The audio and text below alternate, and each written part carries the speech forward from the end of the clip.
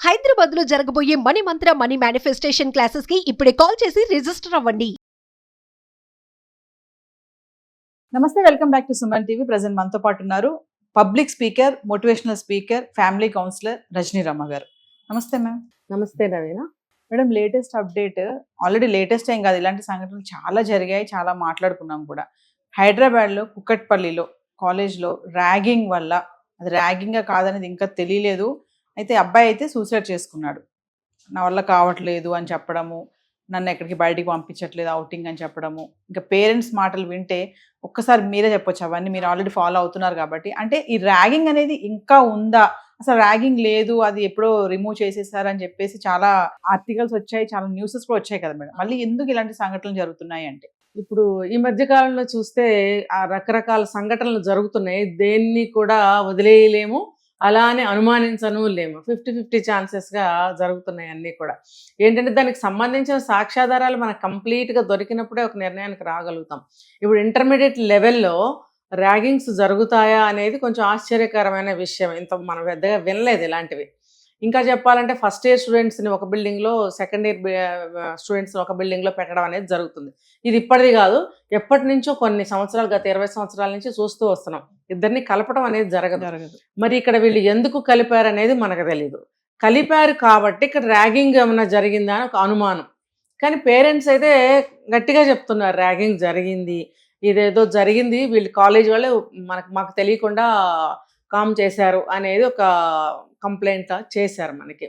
ఏది ఏమైనా మరి అలాంటప్పుడు ఆ కాలేజ్ యాజమాన్యం వాళ్ళు జరిగినట్టు చెప్పడము, ఆ పిల్లవాడు బాడీని వీళ్ళు వచ్చే వరకు ఉంచడం అనేది చేయాలి.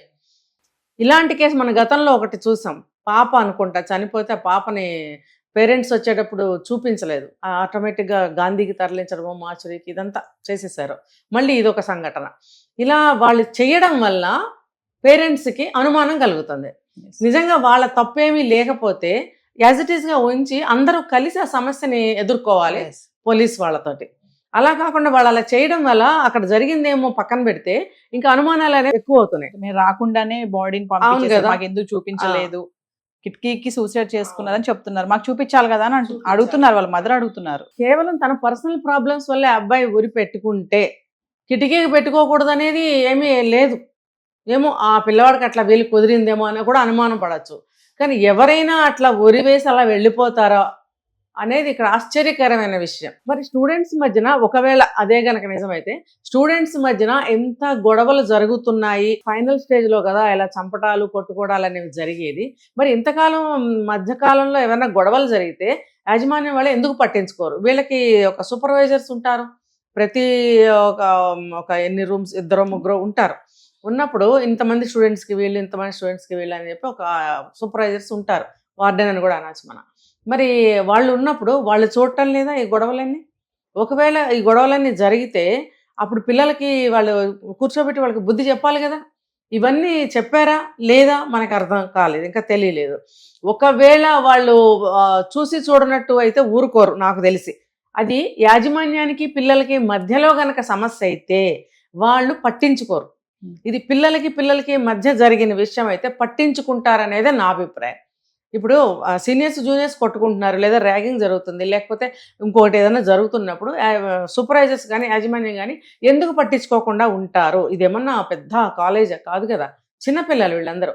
చిన్నపిల్లలు వాళ్ళు ఇంకా అప్పుడే లోకం చూస్తూ ఉంటారు. హాస్టల్కి వచ్చారు అంటే 10th వరకు దాదాపుగా తల్లిదండ్రుల దగ్గరే ఉంటారు స్కూలింగ్లో.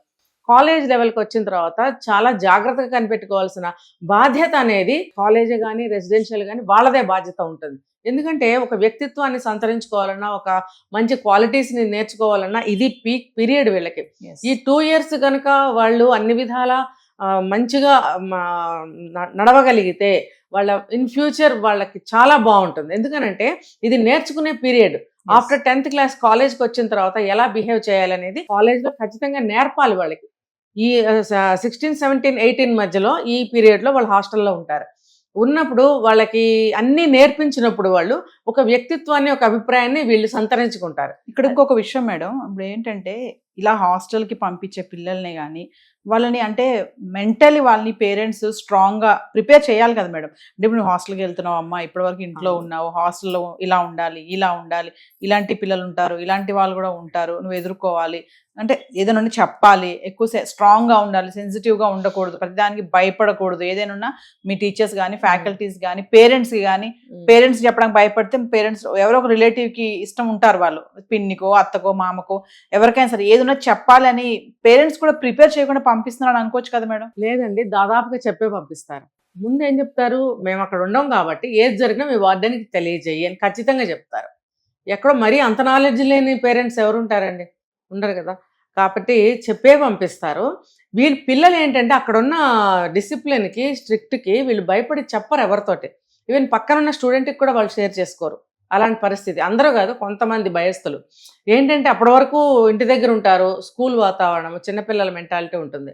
ఇక్కడికి వచ్చిన తర్వాత కాలేజ్ అనగానే ఒక ఫీలింగ్ వస్తుంది, పెద్దవాళ్ళం అయిపోయాము, మనం కాలేజీలో ఇలా చేస్తే ఎలా ఉంటుందో, ఇలా మాట్లాడితే ఎలా ఉంటుందో, అలా కంప్లైంట్ చేస్తే ఏమవుతుందో అనే భయాలతో ఉంటారు. అందుకే నేను చెప్తుంది, ఇలాంటి కండిషన్లో ఉన్న పిల్లలు అందరూ దాదాపు ఆ స్టేజ్లో ఉంటారు, ఆ ఏజ్లో.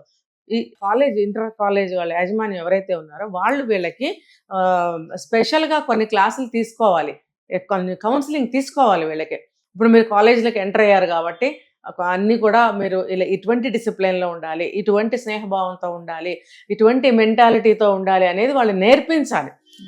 అన్నీ ప్రతి ఒక్కటి ఒక్కళ్ళే నేర్పాలంటే అయ్యేది కాదు. ఇంటి దగ్గర వాళ్ళు ఎన్నో చెప్పు పంపిస్తారు. ఇది మీరు చెప్పింది కూడా పాయింటే. ఏ చిన్నది వచ్చినా సరే మాకన్నా చెప్పు, స్కూల్లో వాళ్ళకన్నా చెప్పు అని ఖచ్చితంగా చెప్తారు పేరెంట్స్. నేనైతే ఏం చెప్తానంటే అక్కడ ఎవరికైనా షేర్ చేయొచ్చు. అక్కడ స్టూడెంట్స్ ఫ్రెండ్స్ ఉంటారు, లేకపోతే ఆయమ్మలు ఎవరన్నా ఉంటారు, లేకపోతే ఇంకా మనకు పక్క క్లాస్ వాళ్ళు కూడా పరిచయాలు అయితే వాళ్ళకైనా కానీ ఎవరైతే క్లోజ్గా ఉంటారో వాళ్ళకి కంప్లైంట్ చేయొచ్చు. అది తెలియజేయడమే ముఖ్యోద్దేశం. షేర్ అనేది చేయకపోతే ఏం జరుగుతుందో ఎలా తెలుసు? ఇద్దరు ముగ్గురికి చెప్పి ఉంచాలి, ఒకరికే కాదు. ఆ ఒక్కడు కూడా రేపొద్దున్న ఎవిడెన్స్ చెప్పడానికి భయపడతాడు. ఇద్దరు ముగ్గురికి షేర్ చేయండి, మేము సార్కి చేయండి, వార్డెన్కి చేయండి, ఫ్రెండ్కి చేయండి, ఆయమ్మకి, ఎవరికైనా చేయొచ్చు. మీరు ఎవరికి చేసినా సరే ఫర్దర్గా ఏదైనా ప్రాబ్లం వస్తే ఈ అబ్బాయి మాకు పలానప్పుడు చెప్పాడు అనేది ఒక సాక్ష్యం ఉంటుంది, లేకపోతే ఈ అబ్బాయిది కూడా తప్పు అనే అవకాశం ఉంటుంది. కాబట్టి అయితే కాలేజ్ వాళ్ళు వీళ్ళకి అన్నీ నేర్పించాలి, వ్యక్తిత్వాన్ని నేర్పించాలి. కేవలం చదివే కాదు, వీళ్ళకి అన్ని విధాలా మోటివేట్ చేయాలి. వీళ్ళకి ఒక మంచి పర్సనాలిటీని డెవలప్ చేయటం అనేది వాళ్ళదే బాధ్యత. ఇప్పుడు ఇంత కేసు జరిగితే మాకేం తెలియదు అంటున్నారా, లేకపోతే ఇంకా తెలియదు, పోలీస్ వాళ్ళు విచారణ చేస్తున్నారు అని తప్పించుకుంటున్నారా? ఇవన్నీ చేయటం కాదు. మీ స్కూల్లో జరిగినప్పుడు మీ బాధ్యత ఏంటి? మీరు ఎందుకు కనిపెట్టలేదు? ఆ అబ్బాయే ఉరేసుకున్నాడా, ఇంకొకడే వచ్చి ర్యాగింగ్ చేశాడా అనేది ఇక్కడ అప్రస్తుతం. అసలు అంత జరుగుతుంటే మీరు వార్డెన్ అనేవాడు అస్తమాన్ తిరగాలి, హాస్టల్ రూమ్స్ ముందు నుంచి పహరా కాస్తూనే ఉండాలి. అదే వార్డెన్ అంటే, సూపర్విజన్ అంటే. అంత జరుగుతున్నప్పుడు ఎందుకు కనిపెట్టలేదు? అది ఆ బాధ్యత వాళ్ళదే కదా. ఒకవేళ ర్యాగింగ్ జరిగి ఉంటే అలాంటిది ఎందుకు జరిగింది అనే చర్యలు కూడా తీసుకోవాలి. అలా ర్యాగింగ్ కనుక జరిగితే ఎవరైతే చేశారో వాళ్ళకి కఠినమైన శిక్షలు వేయాల్సిందే, స్టూడెంట్స్ అయినా సరే.